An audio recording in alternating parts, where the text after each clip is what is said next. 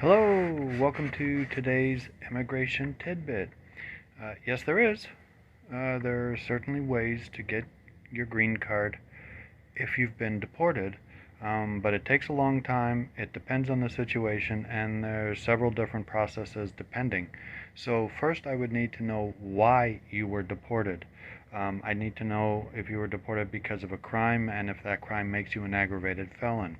I need to know if you pled guilty and if we need to do criminal relief to try to vacate or reduce the sentence so that you would be eligible.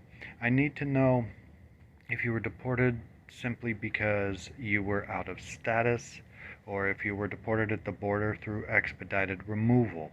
I'd need to know what ways you would have to come back, such as, if you have an employer willing to petition you, if you have a family member that's petitioned you and that visa number is current. I'd need to determine if there are waivers available for inadmissibility issues. As far as the deportation, assuming you're not an aggravated felon, we could do a permission to re-enter.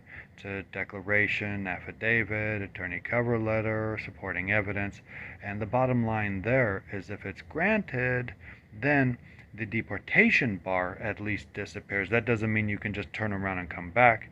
It also doesn't mean you get if you had your green card, it doesn't mean you just magically get it back. But there are definitely ways of doing it. Most of the time, it's usually 3 separate petitions through, depending through consular processing, various waivers of inadmissibility, permissions to re-enter. But of course, each case does depend. So there's no need for you to spend the rest of your life if you've been out of the country thinking you can never get back. So, you need obviously a good consultation to determine what needs to be done, and then you need to go forward and do it. Okay?